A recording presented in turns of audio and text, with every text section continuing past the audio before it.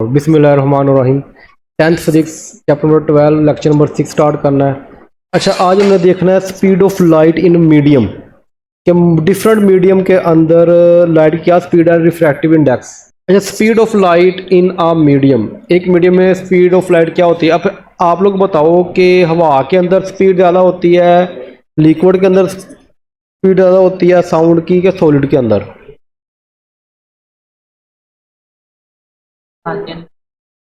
सबसे जो speed of sound होती है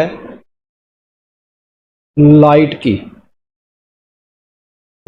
जो स्पीड होती है सबसे ज़्यादा होती है वो एयर के अंदर होती है। ठीक है, ये बात ध्यान में रखिएगा। लेकिन लास्ट चैप्टर में मैंने पढ़ा था कि स्पीड ऑफ साउंड जो होती है वो किस में सबसे ज़्यादा होती है? सॉलिड में ज़्यादा होती है। ये बात ध्यान में रखना। लाइट की किस में होती है? एयर में। रिफ्रैक्शन, अच्छा ये ना एक ना रिफ्रैक्शन जो मैंने पढ़ा है, refraction of light caused by the different in speed of light in different medium। Refraction होती क्यों है?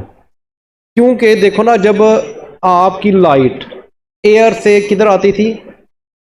ग्लास के अंदर, एक मीडियम रेयर मीडियम से, तो रिफ्रैक्शन होती थी। यही बोला था हमने। वो क्यों होती है? वो स्पीड ऑफ लाइट की वजह से होती है। ये बड़ा एक कॉन्सेप्चुअल क्वेश्चन है कि आपकी जो रिफ्रैक्शन होती है वो किस पे डिपेंड करती है? Speed of light. क्योंकि एयर के अंदर कुछ और होगी, ग्लास के अंदर in different speed of light होने की वजह से वो अपनी डायरेक्शन चेंज करती थी। अब बात क्लियर हुई है?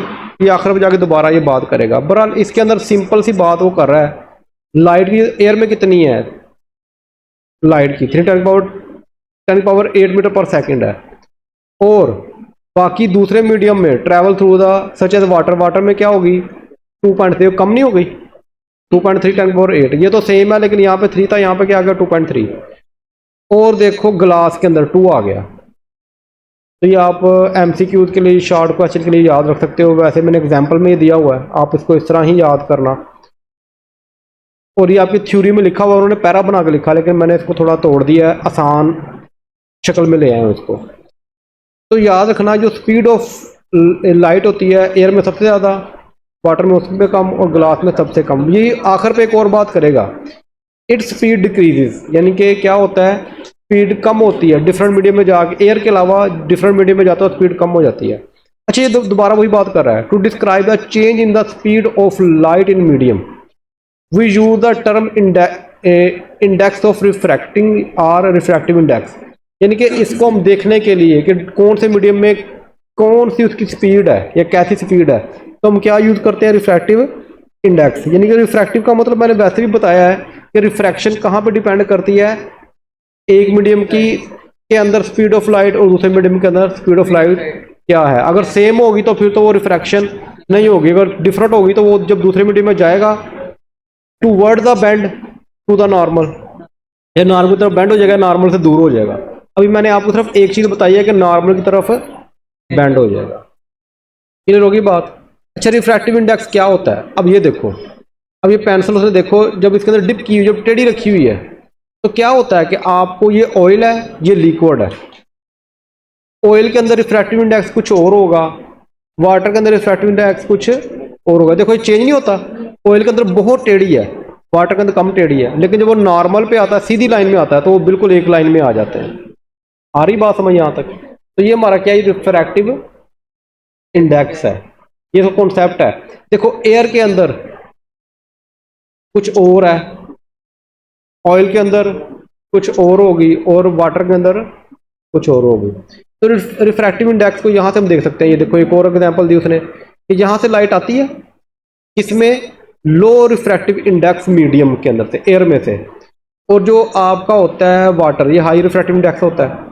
तो जब उसमें से दूसरे मीडियम में आती है तो वो जो लाइट होती है वो बेंड टूवर्ड द नॉर्मल। देखो नॉर्मल की तरफ मुड़ नहीं गई, और ये सारी रिफ्रैक्शन ही है हमारी।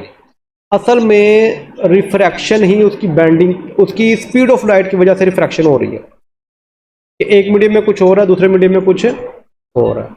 यहाँ से समझ आ गई बात की? अच्छा, रिफ्रैक्टिव इंडेक्स का इसको सिर्फ रटाई लगाना है हमने। बेसिक मैंने एक कॉन्सेप्ट आपको दे दिया है, इसको आप समझ लेना, लेकिन बाकी जो है डेफिनेशन को आप रटाई लगाना है। रिफ्रैक्टिव इंडेक्स बोर्ड में बहुत ज़्यादा आती है, इसको ज़रा देख लो। रिफ्रैक्टिव इंडेक्स होता है क्या, ये एन से ज़ाहिर करते हैं इसको, और ये रेशो होती है। रेशो का मतलब क्या होता है, इस चीज़ का बटे में होना, या उसके दरमियान दो डॉट होते हैं, कॉलम साइन कहते हैं उनको, वो होते हैं। Ratio of the speed of light, यानी स्पीड ऑफ लाइट को हमने ऊपर रखना है, इन द एयर, हवा के अंदर, हवा के अंदर जो स्पीड ऑफ लाइट होगी उसको हमने ऊपर रखना है। टू का मतलब क्या होता है, बटे में आ जाओ, बटे में क्या रखना है हमने, speed of light in medium, किसी भी मीडियम के अंदर जो उसकी स्पीड होगी। अगर इसको मैं और सिंपल करूं तो रिफ्रैक्टिव इंडेक्स को हम एनसार करते हैं, और यही बात नहीं की थी मैंने, रेशो का मतलब बटे में होना, ठीक है। Speed of light in air, मैंने यही कहा था ना, एयर ऊपर आएगी, to speed of light in the medium, कोई भी हो सकता है, वो ग्लास भी हो सकता है, वो आपका ऑयल भी हो सकता है, वो आपका वाटर भी हो सकता है, वो आपका प्लास्टिक भी हो सकता है, कुछ भी हो सकता है। तो एयर के अंदर क्या स्पीड है और दूसरे मीडियम के अंदर क्या स्पीड, जब हम इनकी रेशो लेंगे तो वो क्या कहलाएगी, रिफ्रैक्टिव इंडेक्स कहलाएगी। इसको हम सी और वी से करते हैं। सी का मतलब क्या है, speed of light in air, और वी का मतलब speed of light in any medium. ये हमारा क्या होगा, N equal C over V हो जाएगा। क्लियर होगी बात, यहाँ तक क्वेश्चन, कोई प्रॉब्लम?